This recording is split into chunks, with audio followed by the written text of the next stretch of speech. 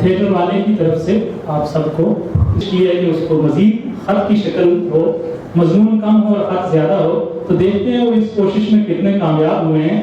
شوکت نیازی صاحب خط پیش کر رہے ہیں بنام سفیر اللہ خان۔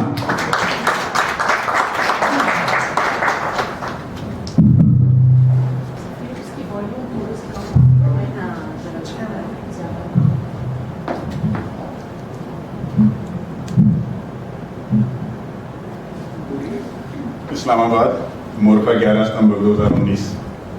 عزیز دوست سفیر اللہ خان، تمہارا خط ملا، تمہاری خیر و عافیت کا جان کر جی کو تسلی ہوئی۔ برا مت منانا، میں دیکھتا ہوں کہ تم آج کل تھیٹر ڈراموں والی مصروفیات میں کچھ زیادہ ہی وقت گزار رہے ہو۔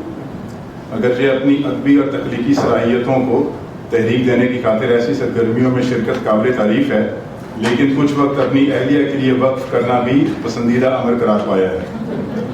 اول تو حتی المقدور کوشش کیا کرو کہ ایسی محافل اور نشستوں میں اپنی اہلیہ سے لیس ہو کر شرکت کرو، ورنہ اجتناب برتو ایسی تقریبات سے جس میں غیر منقوحہ عفیفاؤں کی موجودگی کا خدشہ ہو۔ تم نے مجھ سے نئے ڈرامے کا اسکرپٹ مانگا ہے۔ میں خود کو کچھ دنوں سے ڈراموں سے متنفر پاتا ہوں، اس کی وجہ بیان کرتا ہوں۔ گزشتہ ہفتے ایک شام گھر پہنچا تو بیگم صوفے پر بیٹھی ٹی وی دیکھ رہی تھی۔ حال ہی میں کہیں پڑھا تھا کہ میاں بیوی میں دلچسپیاں اور مشاغل مشترک ہوں تو یہ امر باہر بائن ازدواجی محبت میں استحکام کا باعث ہوتا ہے۔ میں دھیرے سے اس کے پاس جا بیٹھا۔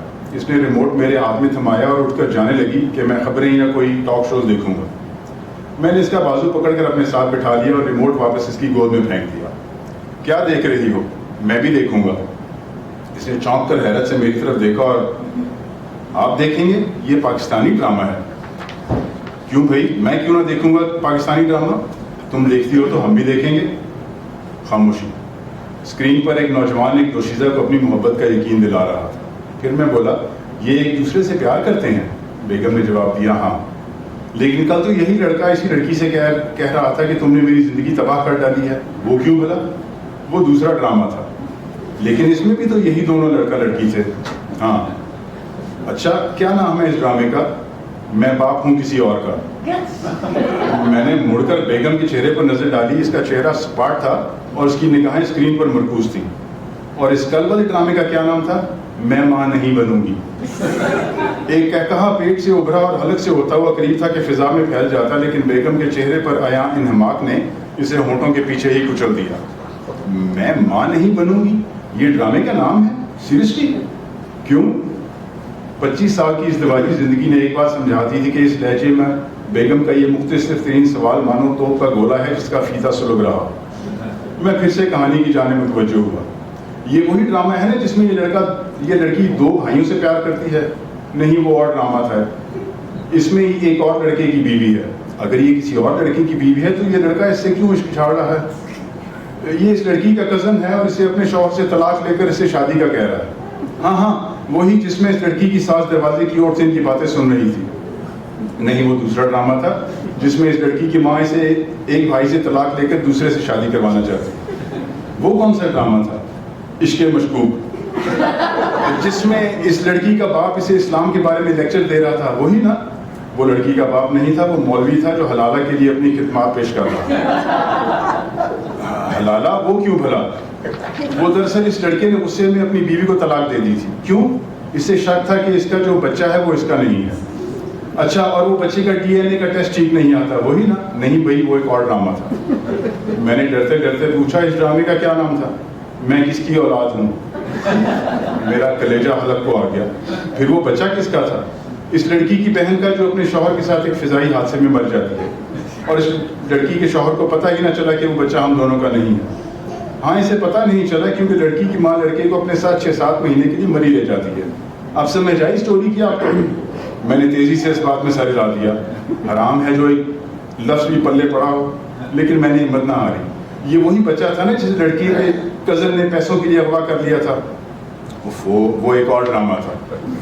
میری بیگم عقل مند خاتون ہے، میں نے منہ کھولا ہی تھا کہ وہ فوراً بھانپ گئی کہ میرا اگلا سوال کیا ہوگا، اور اس ڈرامے کا نام تھا تاوان محبت۔ پھر کیا وہ بچہ مل گیا؟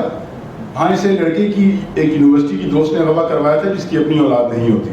تو اس یونیورسٹی کے دوست کے شوہر نے نہیں پوچھا کہ یہ بچہ کہاں سے آیا ہے، وہ دراصل شادی شدہ نہیں تھی، اسے بچے اچھے لگتے تھے، اور بچے کے باپ کا کزن جس نے بچے کو اغوا کروایا تھا وہ یونیورسٹی والی دوست کا عاشق تھا اور اسے شادی کرنا چاہتا تھا. تو پھر مسئلہ کیا تھا؟ اسے بچے اچھے نہیں لگتے تھے. یہ ڈرامہ تو شاید میں نے دیکھا ہے، پولیس کے چھاپے میں اس کزن کو گولی لگ جاتی ہے اور پھر بچے کی ماں اسے خون دیتی ہے، ایسا ہی ہے نا؟ بیگم خاموشی سے مجھے تکتے رہی، پھر دھیرے دھیرے سے بولی وہ ڈرامہ نہیں تھا. تو پھر کیا تھا؟ وہ کراچی میں جرائم پر مبنی پروگرام تھا، کرمنلز موسٹ پلانٹڈ. پھر بیگم نے ریموٹ میرے ہاتھ میں تھمایا اور بولی یہ لیں آپ کا پسندیدہ ٹاک شو ذرا پھٹ کے لگنے لگا ہے.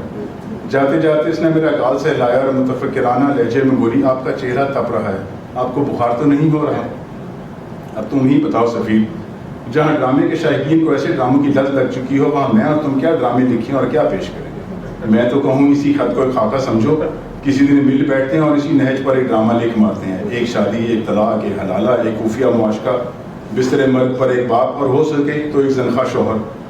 لیجئے مقبولیت کے ریکارڈ توڑنے پر تولا بیٹھا ایک ڈرامہ تیار ہے. ذرا سوچو، اپنے خیالات سے آگاہ کرنا مت بھولنا. بھابھی کو میری جانب سے بہت سلام. تمہارے جواب کو منتظر. دعا گو شوکت نیازی.